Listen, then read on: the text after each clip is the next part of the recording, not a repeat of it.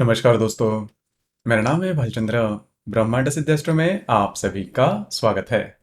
आज के इस वीडियो में हम चर्चा करने वाले हैं गुरु का जो राशि परिवर्तन होने जा रहा है, मतलब गुरु जो कि अब मीन राशि में भ्रमण कर रहा है, वो मेष राशि में परिवर्तन होने जा रहा है। उसका जो प्रभाव है वो प्रभाव तुला राशि पर किस प्रकार का होगा। ऐसी कौन सी बातें हैं जो कि आपको जान लेना आवश्यक है, ऐसी कौन सी बातें हैं जिस पर अमल करना आवश्यक है, ऐसी कौन सी बातें हैं जो कि टालनी ज्यादा आवश्यक है, सभी के बारे में डिटेल में चर्चा इस वीडियो में हम करने वाले हैं। अपना जो चैनल है ब्रह्मांड सिद्धि एस्ट्रो, इस चैनल पर मेष राशि से लेकर मीन राशि तक की जो सभी 12 राशियां हैं, इन सभी 12 राशियों पर गुरु का ये जो राशि परिवर्तन होने जा रहा है, उसका जो प्रभाव है वह किस प्रकार से होगा, इस विषय पर वीडियो अपलोड हो रहे हैं। आप उसका आनंद जरूर लीजिए। तो आज के इस वीडियो में हम चर्चा करेंगे तुला राशि के बारे में। सबसे पहले हम यही जानेंगे कि तुला राशि के लिए गुरु के मायने क्या है।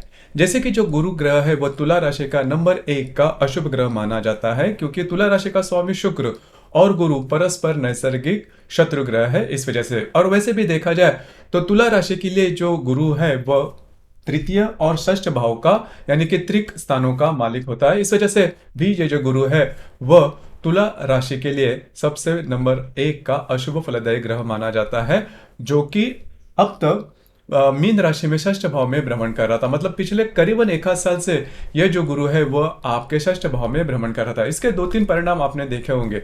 सबसे पहली और महत्वपूर्ण बात, स्वास्थ्य के बारे में जो समस्याएं हैं, अब ये जो स्वास्थ्य है मेंटल भी है, मतलब मानसिक भी है और शारीरिक भी है। काफी ज्यादा मेंटल स्ट्रेस है, फिर शारीरिक जो बीमारियां हैं वो आपने देखे होंगे। अगर आप किसी व्याधि से ग्रस्त है तो उसके भी कुछ लक्षण आपने देखे होंगे। तो स्ट्रेस लेवल आपका काफी ज्यादा बढ़ा हुआ रहेगा और इसका जो परिणाम है वो भी आपने देखा होगा। लेकिन यहाँ पर एक बात आपने इस गुरु के जो भ्रमण में काफी अच्छी भी देखी होंगी, जो कि आपका जो भी कार्य क्षेत्र है उससे रिलेटेड काफी अच्छी बात है या फिर बेटर हैपनिंग आपने देखी होगी। उसी प्रकार पैसे की जो सेविंग है उसके बारे में भी जो बातें हैं वो काफी आपके लिए अच्छी हुई रहेगी। लेकिन और एक बात है जिसमें आपको नेगेटिव इफेक्ट मिले रहेंगे, जैसे कि कर्जा लेना या फिर कर्जा न चुकाना पाना। ये जो बातें हैं वो आपने गुरु की यह जो भ्रमण है मतलब पिछले 1 साल में देखा होगा। अब ये जो गुरु है ये गुरु आपके सप्तम भाव में भ्रमण करेगा मेष राशि में दिनांक 21 अप्रैल 2023 के बाद। ये जो गुरु है वो गुरु आपके सप्तम भाव में भ्रमण करेगा। अब यहाँ पर 2-3 बातें हैं वो जान लेना बहुत ज्यादा आवश्यक है।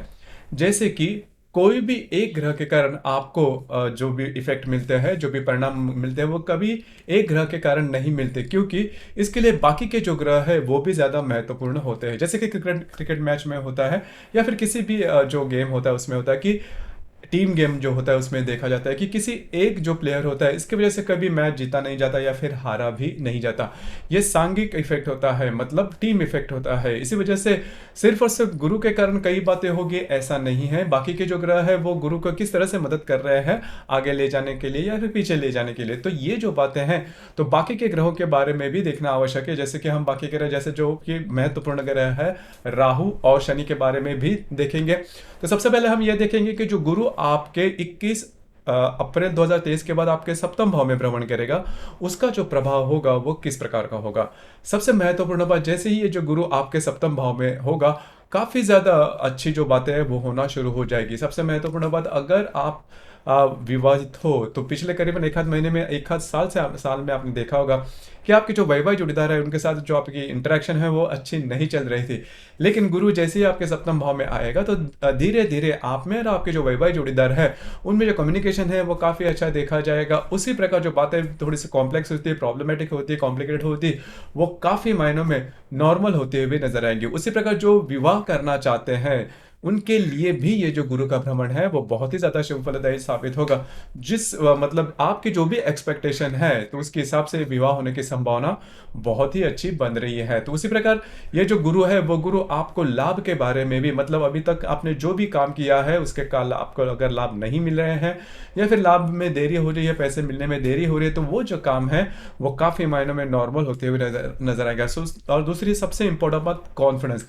आपकी जो राशि है वो काफी बैलेंस राशि है। इसी तरह कॉन्फिडेंस के मामले में भी आपका जो कॉन्फिडेंस है वो काफ़ी अच्छा देखा जाता है, लेकिन पिछले करीबन 1 आध साल से उसमें थोड़ी सी गिरावट देखी हुई रहेगी। लेकिन अब जैसे ये गुरु आपके सप्तम भाव में भ्रमण करेगा 21 अप्रैल 2023 के बाद, तो धीरे धीरे आपका जो कॉन्फिडेंस है वो भी उभरता हुआ नजर आएगा, उसमें भी गेन आप देखोगे। तो ये जो बात है आपके लिए महत्वपूर्ण साबित होगी। उसी प्रकार ऐसे काम जो कि काफी ज्यादा डिले हो रहा है, किसी को कोई कमिटमेंट है, प्रोमिसेस है, डॉक्यूमेंटेशन के बारे में जो भी बातें हैं, उसमें भी ये जो गुरु है वह आपके लिए कारगर साबित होगा, काफी ज्यादा महत्वपूर्ण और शुभ फलदायी साबित होगा। तो कई मायनों में अगर देखा जाए तो ये जो गुरु है जो कि आपके सप्तम भाव में भ्रमण करेगा आपके लिए बहुत ही ज्यादा शुभ फलदायी साबित होगा। जैसे मैंने अभी शुरुआत में कहा था कि बाकी के जो ग्रह है उसके बारे में भी ध्यान देना आवश्यक होगा। जैसे कि अब हम चर्चा करेंगे राहु के बारे में, क्योंकि सिर्फ और सिर्फ गुरु के कारण आपको परिणाम मिलेंगे ऐसा बिल्कुल भी नहीं, किसी कुंडली में ऐसा नहीं होता। तो जो राहु है जो कि आपके सप्तम भाव में भ्रमण कर रहा है और जो केतु है वो आप ही के राशि में भ्रमण कर रहा है, तो आपने पिछले करीबन 1 आध साल से, क्योंकि जो राहु है वो भी पिछले करीबन 1 आध साल से आपके सप्तम भाव में भ्रमण कर रहा है, वो आने वाले करीबन 30 अक्टूबर तक ये जो राहु है वो आपके सप्तम भाव में ही भ्रमण करेगा। तो पिछले करीबन 1 आध साल से आपने देखा होगा कि आपके जो वैवाहिक जोड़ीदार है उनमें और आप में काफी ज्यादा प्रॉब्लम कॉम्प्लिकेशंस हो रहे हैं, मतलब जो बातें सीधी सीधी नॉर्मल नहीं हो रही है, खास करके मिसअंडरस्टैंडिंग काफी ज्यादा बनी हुई है। अब ये मिसअंडरस्टैंडिंग म्यूचुअल में है और कोई समझ नहीं पा रहा है कि सामने वाला जो व्यक्ति है, आपका जो पार्टनर है, वो ऐसा क्यों बिहेव कर रहा है, लेकिन बातें जो है वो नॉर्मल नहीं है, किसी ना किसी प्रकार की जो समस्याएं हैं वो आप दोनों में बनी हुई है।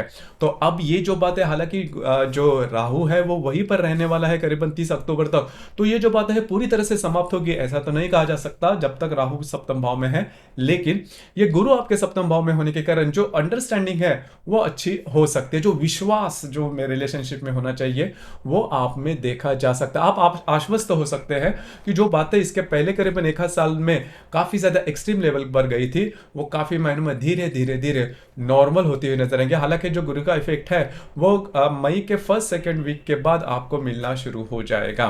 तो यह जो राहु है वो इसी प्रकार से जो परिणाम कर रहा था तो उसमें गुरु के कारण ये जो परिणाम है वो उसकी जो इंटेंसिटी है वो काफी मायनों में कम होते हुए नजर आएंगे। अब हम तीसरे ग्रह जो महत्वपूर्ण ग्रह है जो कि शनि, अभी जो शनि है वो आपके राशि के लिए सबसे महत्वपूर्ण, इतना महत्वपूर्ण कि शनि जो ग्रह है वो तुला राशि के लिए राजयोग कारक ग्रह माना जाता है, जो कि स्वयं की राशि में पंचम भाव में भ्रमण कर रही है, तो और भी बहुत ही अच्छी और महत्वपूर्ण बात होगी। तो उस लिहाज से देखा जाए तो जो शनि है वो शनि आपके लिए काफी ज्यादा महत्वपूर्ण और शुभ फलदायी साबित होगा। हालांकि शनि के जो भी महत्वपूर्ण भाव है मतलब आपके जीवन के लिए, उसके बारे में हमने स्वतंत्र रूप से वीडियो अपलोड की है, उसमें पूरी तरह से शनि का जो भ्रमण ये कुंभ राशि में होने जा रहा है वो आपको किस प्रकार से परिणाम देगा इसके बारे में काफी डिटेल में वीडियो हमने अपलोड किया है, हालांकि वो आप देख भी सकते हो। लेकिन कुल मिलाकर शनि का गुरु का जो भ्रमण है मतलब आने वाले करीबन 1 साल तक, तो उसमें ये जो शनि है वो गुरु के लिए लाभदायक होगा या फिर आपके लिए लाभदायक होगा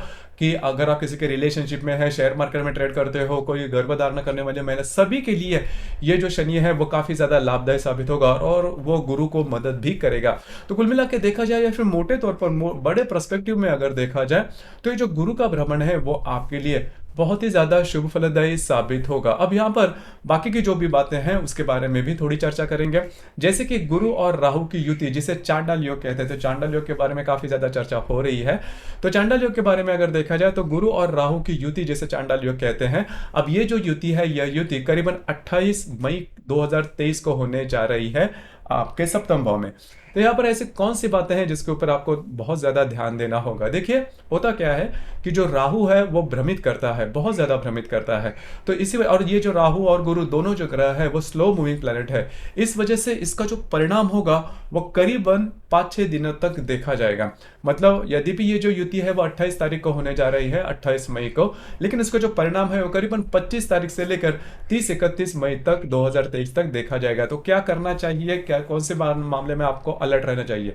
पहले तो सबसे महत्वपूर्ण बात, आप में और आपके जो वैवाहिक जोड़ीदार है उनमें सामंजस्य रखना बहुत ही ज्यादा आवश्यक है। किसी भी प्रकार की बातें, किसी भी प्रकार की परिस्थिति, किसी भी प्रकार की ऐसी कोई प्रॉब्लम आपके सामने आ जाए जिसके बारे में आपके मन के जो विचार है वो पूरी तरह से नेगेटिव हो जाए या फिर पूरी तरह से हिला के रख दे आपको, तो ऐसे अगर कोई भी बात होती है तो जल्दी जल्दी में डिसीजन नहीं लेना। हालांकि आपकी जो राशि है, मैंने जैसा कहा कि काफ़ी ज़्यादा बैलेंस होती है, लेकिन कई बार ऐसे भी होता है, परिस्थितियाँ जो होती है वो विपरीत होती है, हमारे हाथों में नहीं रहती है। इसी वजह से हम कई दफ़ा जो डिसीजन है वो एक्सट्रीम पर ले लेते हैं। लेकिन ऐसी भूल चूक इस दरमियान बिल्कुल भी नहीं करना, क्योंकि फिर आपकी जो रिलेशनशिप है वो एक्सट्रीम लेवल तक जा सकते हैं और बाद में जाके आपको अपील हो सकता है कि जो भी आपने किया था, सोचा था, वो प्रत्यक्ष रूप में सही नहीं था। लेकिन अगर एक बार समय निकल जाता है तो उसके बाद कुछ करने से मतलब नहीं होता। तो शुरुआत से ये बात ध्यान में लीजिए, अगर आपको कोई भी डिसीजन लेना है तो करीबन मई के फर्स्ट सेकंड वीक में आप ले सकते हो, अगर अगर कोई भी बात ऐसे आपको लगती है तो।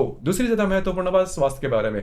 स्वास्थ्य के बारे में जो परेशानी है, स्वास्थ्य के बारे में आपको यह देखना होगा कि छोटी से छोटी बातों पर भी आपको गौर करना होगा, नज़रअंदाज बिल्कुल भी नहीं करना, क्योंकि जो बातें हैं वो आपके स्वास्थ्य के बारे में वो काफ़ी ज़्यादा एक्सट्रीम लेवल तक जा सकती हैं। उसी प्रकार इस दरमियान किसी भी प्रकार के डॉक्यूमेंटेशन की बातें बिल्कुल भी नहीं करना। अब ये डॉक्यूमेंटेशन की बातें या फिर किसी को कोई कमिटमेंट प्रोमिसेस, इस तरह की जो बातें हैं वो बिल्कुल भी नहीं करना। अगर आपको कहीं बाहर घूमना फिरना है तो स्वयं के स्वास्थ्य के बारे में थोड़ा ध्यान देना आवश्यक। तो ये जो चांडाल योग है, गुरु राहु की युति, वो आपके इन्हीं सभी पहलू पर काम करेगी, तो थोड़ा सा आपको अलर्ट रहना होगा। उसी प्रकार शनि जो है 18 जून से लेकर करीबन 4 नवंबर तक का जो समय है उसमें वक्री रहेगा, तो जो कि आपका पंचमेश है। तो यहाँ पर जो 2-3 बातें हैं, जैसे कि अगर आप किसी के रिलेशनशिप में हैं तो थोड़ी बहुत तकरार हो सकती है। अगर आप महिला हो, गर्भधारणा करना चाहते हो या फिर गर्भधारणा की गई है तो थोड़ा सा स्वास्थ्य के बारे में ध्यान देना आवश्यक है। अगर आप शेयर मार्केट में ट्रेड करते हो तो बड़ी रिस्क इस दरमियान बिल्कुल भी नहीं लेना, क्योंकि जो शनि है वक्री हो जाएगा तो इन चीज़ों पर थोड़ा बहुत असर वो नेगेटिवली देगा ही। उसी प्रकार करीबन 5 सितंबर से लेकर करीबन 30 दिसंबर का तक का जो समय है उसमें गुरु वक्री होने जा रहे हैं। उसमें जो विवाह करने वाले लोग हैं उनके लिए जो विवाह प्रत्यक्ष रूप में होने वाली जो बातें हैं वो प्रलंबित हो सकते हैं, लेकिन इसका बहुत ज़्यादा असर विवाह सुख पर नहीं होगा। या फिर जो ऑलरेडी विवाहित है उनके लिए जो आपकी जो वैवाहिक जोड़ीदार है इसमें छोटी मोटी तू मैं की बातें होती रहेगी। हालांकि इसमें भी कोई बड़ी बात नहीं है, लेकिन मतलब ये जो गुरु है वो एक्सट्रीम पर आपको रिजल्ट नहीं देगा, लेकिन फिर भी आपको थोड़ा अलर्ट रहना ज़्यादा आवश्यक है। तो कुल मिला के देखा जाए तो ये जो गुरु का भ्रमण है वो आपके लिए बहुत ही ज्यादा शुभ फलदायी साबित होगा। उसी प्रकार यदि आपका जो जन्म है वो 14 अप्रैल से लेकर 14 मई तक का है, 17 अगस्त से लेकर 17 सितंबर तक का है, या फिर 16 दिसंबर से लेकर 14 जनवरी 2024 तक का है, तो फिर आपके लिए ये जो संपूर्ण साल है या फिर जो गुरु का भ्रमण है वो बहुत ही महत्वपूर्ण साबित होगा। कि हालांकि ये जो गुरु है वो 21 अप्रैल से लेकर करीबन 1 मई तक का जो समय, 1 मई 2024 तक का जो समय है उसमें वो आपके सप्तम भाव में रहेगा। मतलब एक साल, वो पूर्ण साल वो आपके सप्तम भाव में रहेगा। और यदि आपका जो जन्म है वो इन तारीखों के दरमियान है तो फिर आपको चिंता करने की बिल्कुल भी जरूरत नहीं है, क्योंकि जो भी महत्वपूर्ण बातें हैं, जो भी महत्वपूर्ण एक्सपेक्टेशन है, इच्छाएं हैं आपकी, वो पूरी हो जाएगी इन तारीखों के यह जो आपका जन्म तारीख इस दरमियान होगी। मतलब हर एक व्यक्ति की अपनी अपनी कुछ अपेक्षाएं होती है। किसी लोगों को विवाह के बारे में ज़्यादा सोच विचार होते हैं, कई लोगों को करियर के मामले में होते हैं, कई जो लोग हैं संतान के सुख के मामले में बहुत ज़्यादा सोचते हैं, या फिर कई जो लोग होते हैं शिक्षा के मामले में, सोशल इमेज में। मतलब हर एक व्यक्ति की इंडिविजुअल में कोई इच्छाएं होती है। वो सभी जो इच्छाएं हैं वो अगर आपका जन्म इस तारीख के दरमियान और तुला राशि है तो आपकी जो बातें हैं वो पूरे होने की संभावना बहुत ही ज़्यादा बनती है। और मोटे तौर पर जैसे मैं शुरुआत से कह रहा हूँ कि ये जो गुरु का भ्रमण आपके सप्तम भाव में मेष राशि में होगा वो आपके लिए बहुत ही ज़्यादा शुभ फलदायी साबित होगा। आपके इस विषय पर विचार क्या है, आपके अनुभव क्या है, नीचे कमेंट बॉक्स में जरूर कमेंट करना। और अपना जो चैनल है ब्रह्मांड सिद्धि एस्ट्रो, इसे भी लाइक शेयर और सब्सक्राइब जरूर करना। धन्यवाद।